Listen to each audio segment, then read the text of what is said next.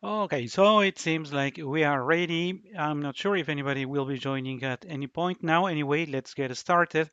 And let's get started by very quickly reviewing what we talked about last week. And last week, we talked about this beautiful Excel file that we are building together.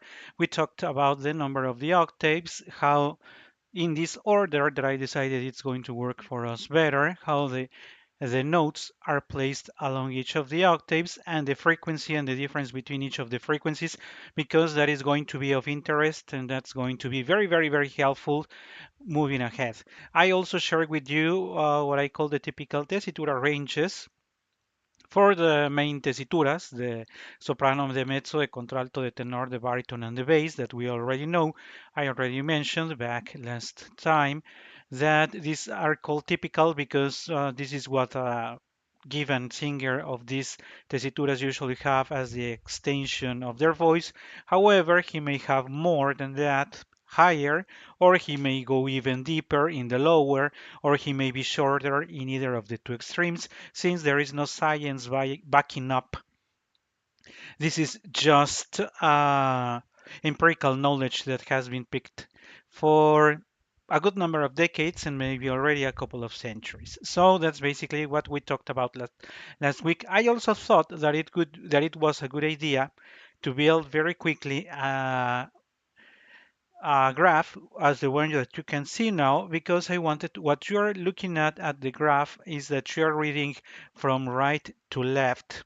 Sorry that I didn't invest that much time, but the purpose of this graph was mainly appreciation. Of course, the values on the y-axis is the frequency in hertz. So you see that the higher the note, the higher the frequency in hertz. The lower the note, the lower the frequency in hertz. But I insist that what I wanted to share with you is not only that this is a curve, but in fact this is not a line. This is exactly what I was telling you last week. Provided the formula behind the rationale behind each of the octaves, the increment between each of the notes is not linear. It's, as you can see, following a growing pattern that is in fact a curve.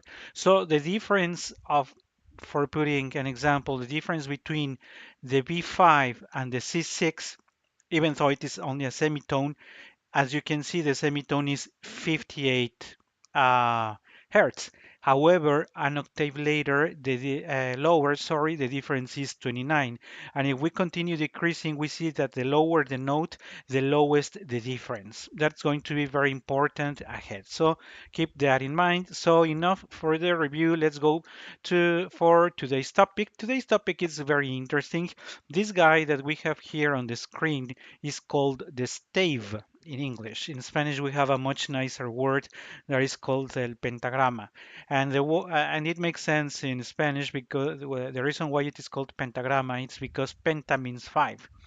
So this is a graph of 5 lines, and that's what you have in the stave. You have 5 lines, and I have already, as you may already have noticed, I have already entered the name of the notes here in our column around column G, so that you can identify what is the value of each of the notes in this stave. I also want to mention this little guy here, which is called this symbol that I am moving the cursor around. This guy here is called the treble key, or much better known even, well, at least in Spanish, I like it a lot more, la clave de sol, or that means the G key. So this, and I am mentioning it now because the stave without this symbol here, we are unable to name any of the notes. The guy who tells us what notes go where is this guy here.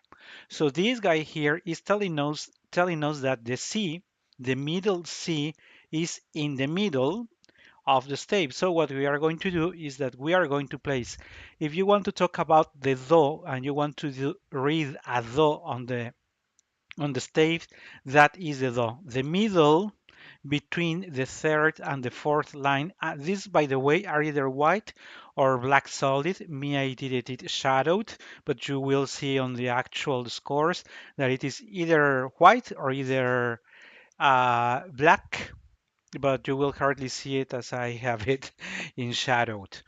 Okay, so and it also has other symbols which we are going to talk about later in other chapters when we talk about the timing, because what we are doing now, and I think it's a good time to mention it now, we're just reading frequencies, notes. So far, we are just talking about notes. So the value or the frequency of the note we are talking about is the do. The color, if it has some sticks, and the number of sticks from here will be a later subject, in fact next week's subject when we talk about time. But for the moment, out of the three things that we are going to talk about to characterize musical writing, which are the high of the note, frequency, our current topic, the timing of it, our next topic, and the final one will be the volume of the sound. That will be the third topic. So far, we are stuck here. That's why I'm going to just mention to you that these lines, these vertical lines here are called the bars. So that's when Katia and I are talking about a number of notes in the bar. That's what we are making reference to. But we will explain further in the next episode. So this is where we have the do. So if you're wondering, so what would this note here be? This would be an F, or this would be a fa. If you are asking yourself, then what note is this? This note is a G. So it's very, I think it's very clear, very self-explanatory. The note for the value or the timing that we will worry about next week. But for the moment, if I want to represent the value of a note, I just take the note, put it where it corresponds in the middle of the third and fourth. It is a do. At the final, the fifth one, the upper final, it is a fa. And if we want the second line, that could be a G. And of course, you can see now that it starts in an E but ends in an F. So you may be wondering now, because you can see that we do not have two octaves here. Because remember, this is standardized writing of musical notation. Because we shared last week that opera singers usually have around two octaves, which means that for the two octaves that a typical singer has, our friend the stave doesn't have enough room. And since it doesn't have enough room, we make use of what is called, oh, sorry that I moved it. I'm going to place it back where it was. Yeah, it was there. Um, uh, we make use of these guys here, which are called additional lines. Why do we need additional lines? Well, we need additional lines basically because we don't have enough room in these lines here for some of the voices. So if those voices don't have um, enough room, because, and let's set an example here. Let's think that we are talking about the voice of a soprano with very good high notes. If she has very good high notes, and even a tenor, let's consider a tenor first.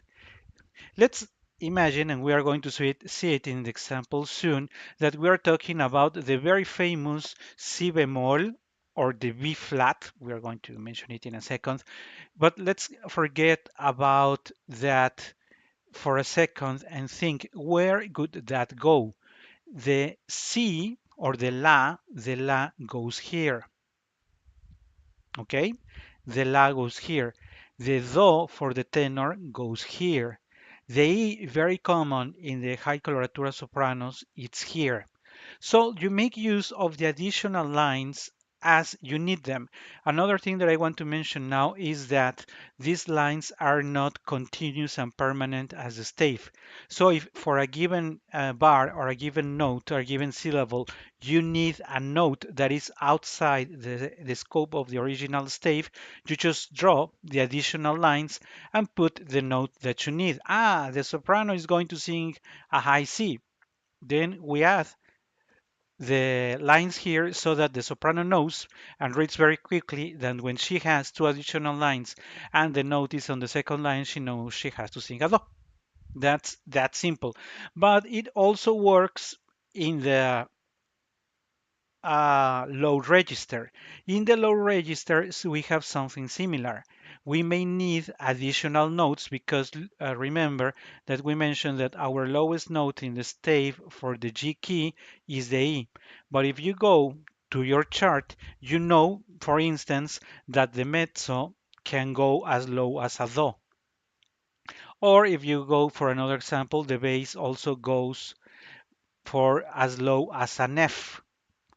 So if you well, that maybe the bass was not a good example for this one, but let me clarify.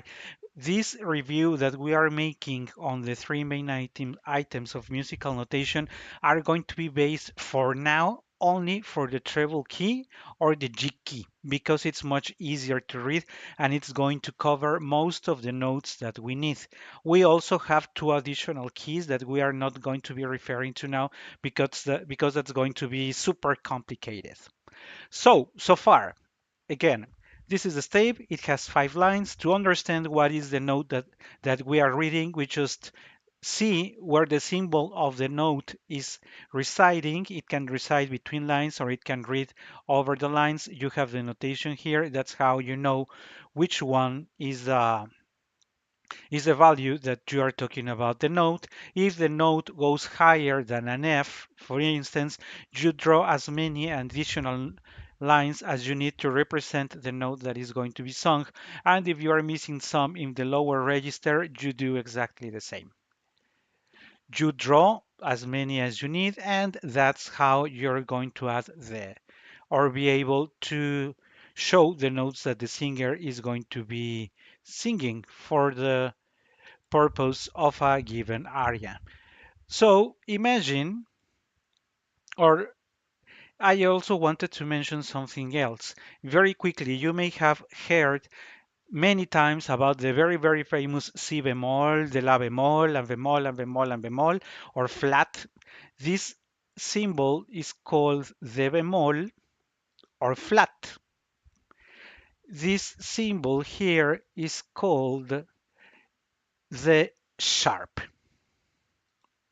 So let's write here that this is the bemol or flat, and this is what is called sharp. So if you're talking about a D sharp, then it means that we are going to make use of this symbol. In Spanish, it is called cuadro.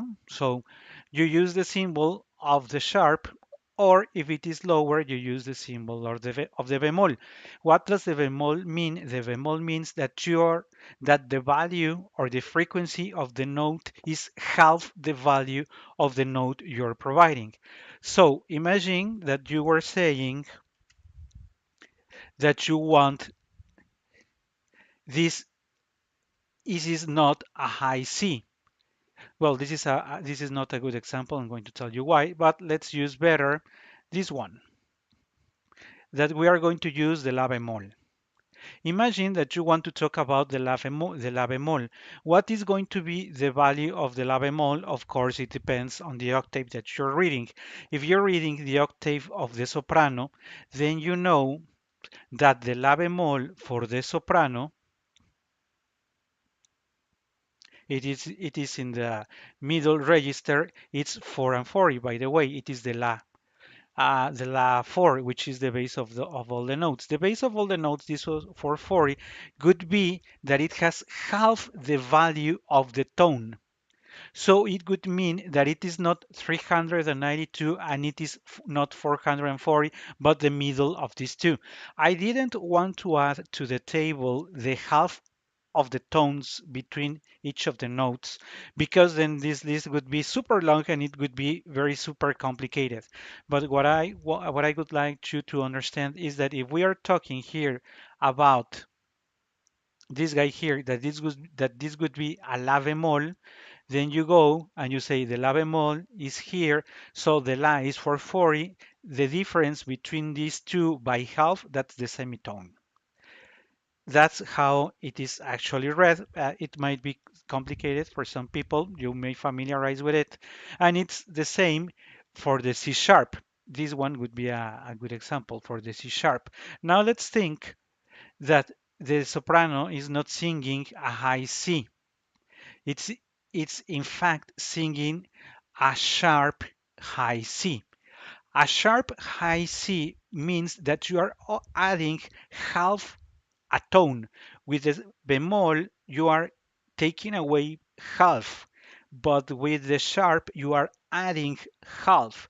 So if you're having this C sharp, you go back to your table and you say, okay, the high C for the soprano is this one. Then the C sharp could be half a tone between the D or the Re, the middle between the D and the Do, that would be the C sharp, because you are rising half the value of the C, the middle of the way, that would be the C sharp. The other way around that we were talking about before. If it is a bemol, then it subtracts half of the value towards the G. So bemol, half of the value, lower, the sharp, half of the value, upper. What is the value? The value that you have in the column of the frequency. Of course, as I mentioned last week, most of the musicians really don't know the frequency because they are used to talking about the note. We are going to talk about that in a second also.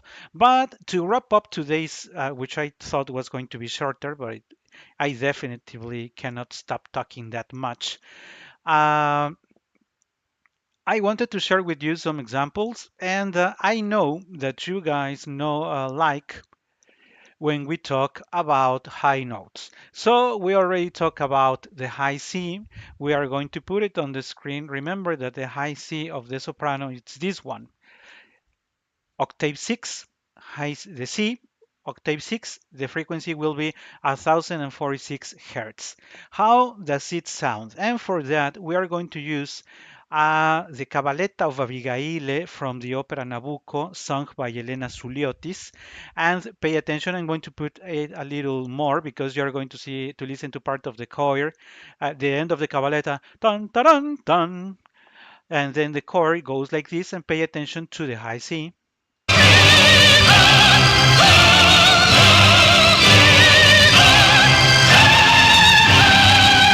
There it goes.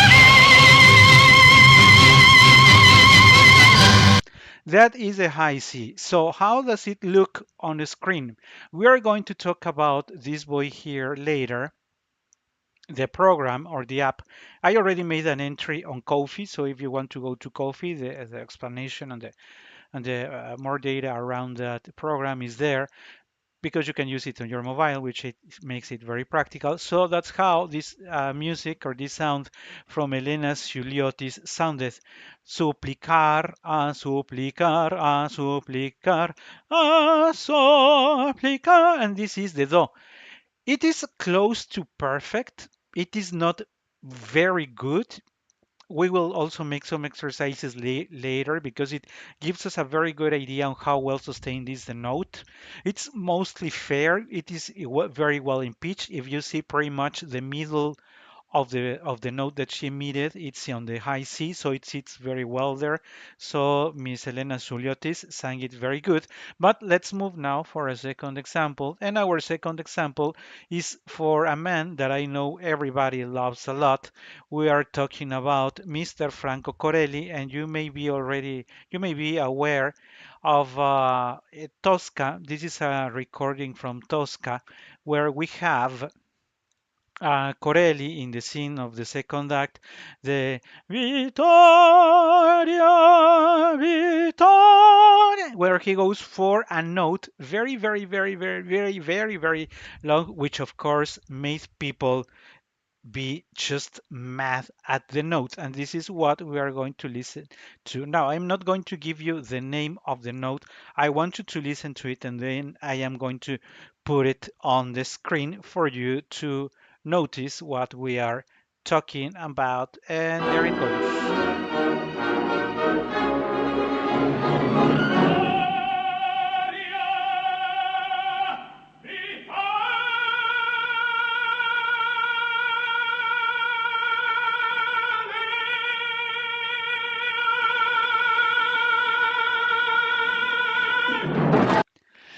Of course, then comes a huge applause after that, and I was sharing with you that I want to show you what note was that Mr. Corelli sang.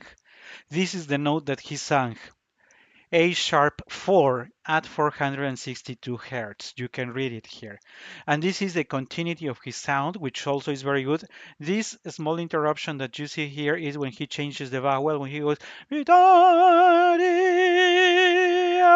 this small amount of time is what happens here, which of course is natural because in the change in the emission of the vowel.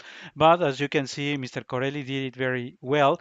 Even though after here you see that he starts having problems. There are very small problems, almost unnoticeable, but besides being very long, I would say his note is very well, very good. Also, please notice that it is very well centered on the A sharp, and so maybe you didn't pay attention to that, but it is important that you take into account that most sharp notes have a synonym as a B flat, because if you are in a for instance, an E, and you subtract half, then you are going for a D. But if you add to a D half, then you are going for an E. So the flat of the E is the same as the sharp of the D, because the one that descends half, it's the one that ascends half. That's what it looks like. So we're having here an A4 sharp, and if we want to see what is an A4 sharp, going back to this magical number, this is the A at 440, and half of the value between 440 and 493 could be the sharp. That middle way is the A sharp 4. Also, notice that this A sharp 4 is exactly the same as the Si bemol. Most people will refer to this note of Franco Corelli as the Si bemol. So Franco Corelli, for common understanding, sang a Si bemol, but you can also say that he sang an A sharp. Okay. Okay, and final example, because this one has been already too long. Let's go for the very much favorite Maria Callas, but we are going now for a low note. We are going to talk about now an opera that is not that very well known. We're going to talk about L'altra notte in fondo al mare by Arrigo Boito, l'opera Mefistofele, and because it has low notes, we have mentioned there a good number of times that sopranos tend to have problems with the lower register. That is usually not the case for Callas, but we are going to listen to her final low note, and then we are going to look at the sharp, and you will give me your own conclusions.